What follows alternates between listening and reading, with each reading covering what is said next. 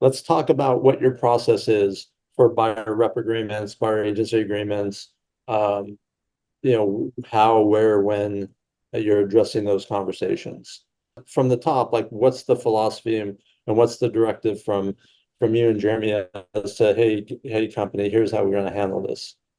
Yeah, so just like David said, our goal on that first initial phone call is to set the appointment. We use the script ALM, appointment location motivation, and we just really don't believe in building any barriers on that first call.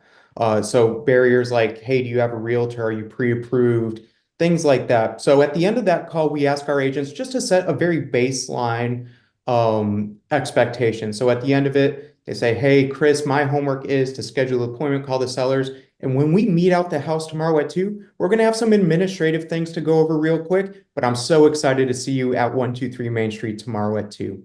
And then what we ask our agents to do is just arrive at the house a couple minutes early and prepare what we call a driveway presentation, right? And the reason why we want to do it at the driveway is because the buyers, the consumers are already in the mood to see the house. And that's where we go over our buyer's agency agreement. We have shown hundreds of houses across 6 locations since August 17th.